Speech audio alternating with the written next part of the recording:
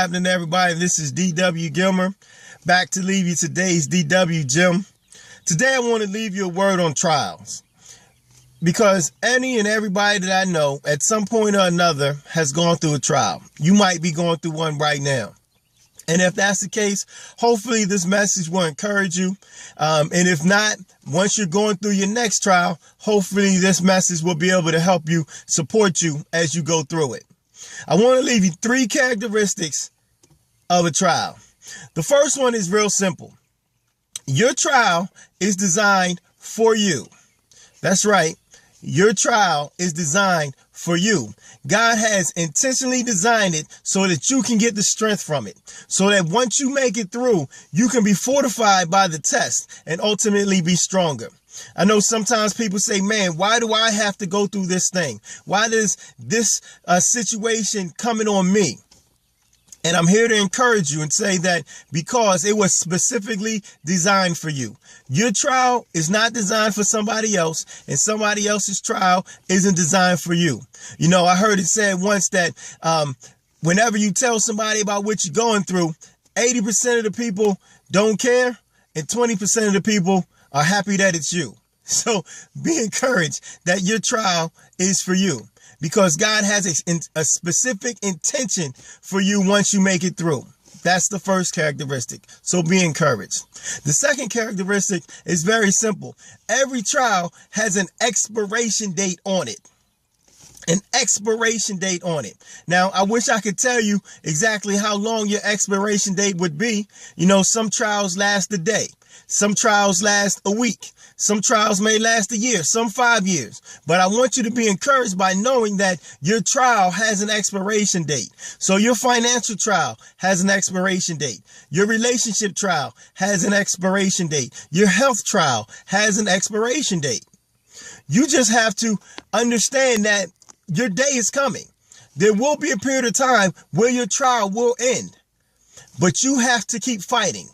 You have to keep fighting through the process, because as you fight through the process, you'll grow through the process. And then ultimately, you'll be able to have the benefit of the test that God has prepared for you. So the second one is there's an expiration date for your trial. And then the third one is I want you to understand that it's never as big as you think it is. I know you're saying to yourself, but DW, you just don't know what I'm going through right now. And I probably don't know exactly what you're going through right now. But once it's over, I want you to understand that it's never going to be as big as you think it is. Now, I know right now it seems to be unsurmountable. It seems like it's going to break you down. It seems like there's no way that you'll be able to go on. But once you make it through, you'll be able to look back and say, you know what? That wasn't as bad as I thought it was. And I want to leave you with this story. A few days ago, I was watching one of my favorite movies from the 90s, Mad Max Beyond Thunderdome. And for those of you all that know the story, basically the movie is set in a post-apocalyptic time frame where the civilization is pretty much destitute. And the Tina Turner's character basically runs the city. Now, Mad Max is the hero in the movie, and he wanders to this city. And without giving you all the particulars about the movie, here's the part that's important. There was a character in the movie, basically Tina Turner's henchman, called Master Blaster.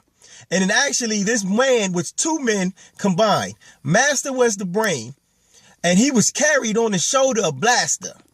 Now, Blaster was an 8-foot or so man, just a behemoth of a man. 300 pounds. He wore an iron mask over his head. Nobody ever saw his face. He was just this huge person of a man. And in Thunderdome, if you had a grievance with another man, they settled it by fighting in the arena. So they had a grievance with Mad Max, and he had to fight Blaster in this arena. And the motto of the arena was really simple. 2 men enter, 1 man leave. So in other words, it was a fight to the death. So Mad Max's trial was he had to defeat Blaster in a fight to the death. So they entered the arena, and sure enough, Blaster was kicking his behind. He was beating him down. It almost made no sense that Mad Max was able to continue fighting. And it looked like there was no way that he would ever be able to win this fight or go through this trial, like many of you may be going through your trial right now. But what happened? He kept fighting. And he kept fighting and he kept fighting. And he figured out a strategy to be able to win. And as the fight started to turn around, Mad Max had this metal hammer that he swung and he hit Blaster in the head and knocked off his metal helmet, if you will. Knocked him down. And as Mad Max moved in for the kill shot, he was finally able to see Blaster's face. And what he realized is Blaster really was a kid. He was really a kid, just an overgrown kid. So this insurmountable of a man, this insurmountable trial, if you will, was really a kid. So after the fight was over, Mad Max realized he really was fighting a kid. So I want you to understand this, ladies and gentlemen. If you're going through your trial right now, or you're coming up on another trial, once it's over, you're going to look back on it and say, although I had to defeat this trial that I thought was going to take me out, it really was no more than a kid.